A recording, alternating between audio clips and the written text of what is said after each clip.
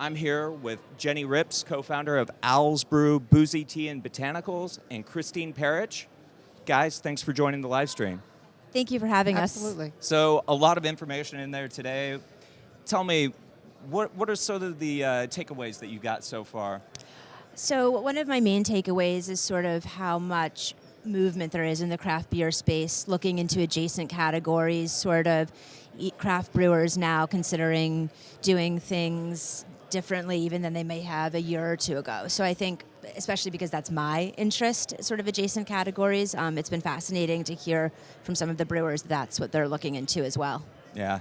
Christine, how about you? What are you sort of pulling out of today's presentation so far? Yeah, I agree with that. There's a lot of talk of, how people can kind of get, pivot a little bit and get out of sort of the chaos and rise above, and it's hard. And I think everybody kind of has the same challenges. So this is what I love about this industry. Everybody's really open. They're sharing ideas, being really honest with each other, and, trying to raise the tide again. Well, you guys are sort of shaking it up at Owl's Brew, too. You've made a lot of changes. You're rebranding. You brought Christine on as a senior advisor. Tell me a little bit about those moves, because, I mean, getting Christine with her, 16 years at New Belgium, you were CEO, you went on to Watermelon in the non-alc space. That's a lot of experience that you sort of bring to the table. So tell me about those moves that you guys have made. Great, yeah, no, so this year we sort of took a look at our liquid, which is a mix of beer and tea, and we'd always thought a lot about ingredients, and we realized that our packaging wasn't actually telling the story of what was inside. So we're transitioning the name of the brand from Owl's Brew Radler to Owl's Brew Boozy Tea and Botanicals. We're also completely repackaging. We're moving to a slim can. We're raising the ABV. So I think a lot of our changes for this year have to do with bringing what's inside the package and sort of expressing that on the outside so consumers know this is boozy tea, whole ingredients, good ingredients, what's most important to us. But similarly, we're also looking at our team, and we're just trying to surround ourselves with like seasoned, great, bright people, and I have one next to me. But yeah, it's just super. Christine, we met her a few months ago, and I've been sort of trying to get her to work with us in some capacity ever since we met, and it's just sort of amazing to have her as an advisor and a senior leader within the team. Christine, what attracted you to the brand?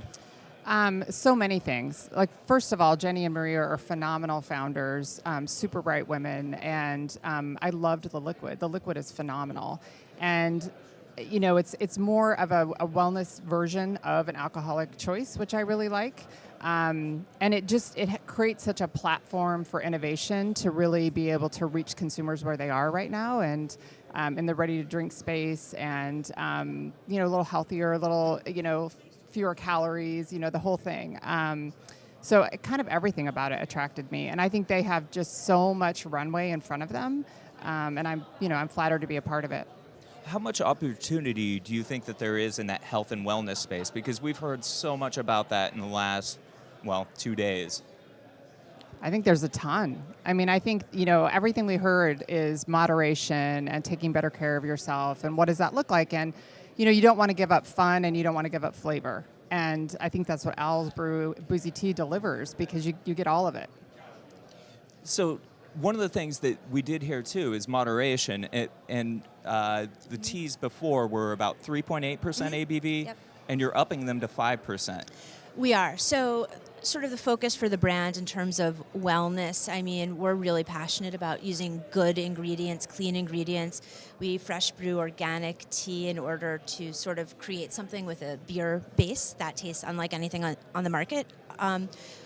As we sort of took a step back and looked at the brand and sort of looked at our successes and our challenges of 2018, we realized that even though there is a big trend towards zero, and there is a big trend towards sort of less, a lower ABV, our consumers didn't necessarily feel that they were getting what they wanted out of the product at 3.8%. So even though some of the trends are towards lower ABV, for us, sort of that negotiation between calorie, flavor, function and ABV sort of led us to land at 5%. And you're sort of the tastemaker for the brand too, right? Yeah. So my background is I'm a tea sommelier. I blend tea for a living, so I create all of the flavors for the brand. That's sweet. One thing I wanted to ask you, Christine, is you spent a year in non-alc working at Watermelon. What do you sort of pull out of that experience and bring to Owl's Brew? That's a great question. I think a lot of it is, more of the small business startup phase. When I started at New Belgium, we were small, but we weren't that small, right? So I didn't really go through that sort of first phase, and I learned a lot through my year at Watermelon Water and what it takes to really, hustle and build a brand. So I think I bring that over. And, just recognizing that beverage in general is really competitive, non-alc or alc. It's just a crowded space, and so it's all about differentiation and being authentic. Doing all of these things that you've got going on, it takes cash. And I believe you're either in the process of or about to launch another Series B round, or a Series B round, I should say. Can you tell me a little bit about that and where you are with it? Sure. So we opened our Series B about 10 days ago. We're hoping for a quick close. And yeah, we're raising capital around $7 million, and we are going to be putting that towards good hires, building the sales team, and towards marketing.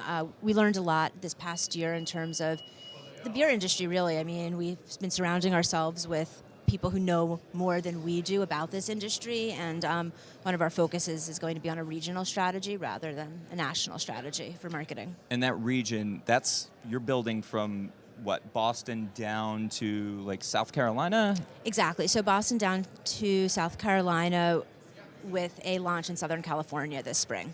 So what is it? I mean, that's a big jump. You jump back to SoCal. Why SoCal? We just think that our consumer is here. So as you and I sort of talked about recently, we spent a lot of time this year actually cutting markets so that we could focus on places where we thought that we could succeed, places that were close to us. So Southern California is a big exception for us, and it's because we want to fish where the fish are. We actually think our consumer lives here, and that it's a great opportunity for us, for the brand. So when do you launch here?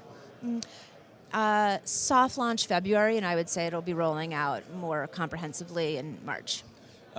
In what type of stores? Like, where do you expect grocery? Is it liquor? Like, where do we see Owl's Brew? So for Owl's Brew, Boozy tea, the type of product we're more focused off-premise than on-premise. I know we're definitely launching at Ralph's out here. We have a bunch of other retailer meetings set up, but places like Whole Foods, Bevmo, Total Wine have always been a good home for us. Yeah. In the East Coast, what are you finding? Who is sort of the typical consumer of the product? So we're heavily female. I would say at least 70% women, and usually people that are looking for that. We tend to get people that are sort of looking for their lifestyle to be reflected in their beverage. So we sort of get people that are doing yoga but are also enjoying going out and having a good time. So I think sort of millennials, women. Do you find that it's, I guess, harder to reach them than, I mean, we hear so much about they're not looking for alcoholic beverages as much as they are, and Generation Z is even harder to sort of pin down than the others. Reaching that consumer where they are, how is it that you can sort of do that? I mean, do you do it through like a branding of like reaching them at like yoga, doing like morning yogas, or what type of things do you sort of do to reach them? So a lot of what we're doing is actually events in markets that are, I mean, of course, we're doing regular sampling at, a grocery store or at a Whole Foods, but we're doing happy hours at WeWorks. We're, doing partnerships with fashion brands like Alice and Olivia and sampling there. And so we're sort of trying to become part of their lifestyle. We're trying to offer the brand where they would most enjoy it, as opposed to just sort of when we're in a grocery store. And we had talked about that grocery store element of it, where you're able to sort of tell the story while you're there. but when you're not there, like the packaging just wasn't clicking. Yep. And so when does that hit? So we were finding that we would move through 40 cases at a 2 or 3 hour sampling when we were actually in the store, and then our rate of sale just wasn't indicative of sort of the brand love that we saw when we were sampling. We took a really, really hard look and realized that Radler wasn't communicating what the thing actually tasted like. So our rebrand will hit in January as Owl's Brew, Boozy Tea, and Botanicals. Awesome. Well, I'm looking forward to seeing it. Thanks for joining us. I appreciate the time. Thank you so much. Great to see you. Great Thanks, to see Jeff. you. Thanks, Christine.